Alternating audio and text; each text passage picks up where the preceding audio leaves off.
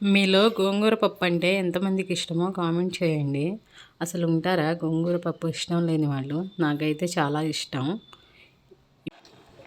ఇప్పుడు పప్పు చేయాలంటే కందిపప్పు, ఆకుకూర, పచ్చిమిర్చి, ఉప్పు, పసుపు వేసి 5 విజిల్స్ వేస్తే తాలింపు పెడితే రెడీ అయిపోతుంది.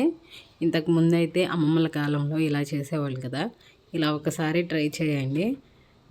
మా అమ్మ కూడా నేను చిన్నగా ఉన్నప్పుడు ఇలానే చేసేది. నాకు టైం ఉంటే నేను ఇలానే చేసుకుంటాను. నాకు ఇలా చేస్తేనే చాలా ఇష్టం. పప్పు 80% ఉడికించుకొని శుభ్రం చేసుకున్న గోంగూర, పచ్చిమిర్చి వేసి మూత పెట్టి ఉడికించుకోవాలి. గోంగూర కూడా ఉడికిన తర్వాత పసుపు, ఉప్పు, కారం వేసి పప్పు గుత్తితో మెత్తగా కలుపుకోవాలి. తాలింపు కోసం వేరే ప్యాన్ పెట్టి ఆవాలు, జీలకర్ర వేసి ఆవాలు, జీలకర్ర, ఎండుమిర్చి వేసి ఆవాలు చిటపటలాడాక కరివేపాకు వేసి కరివేపాకు కూడా వేయించుకోవాలి.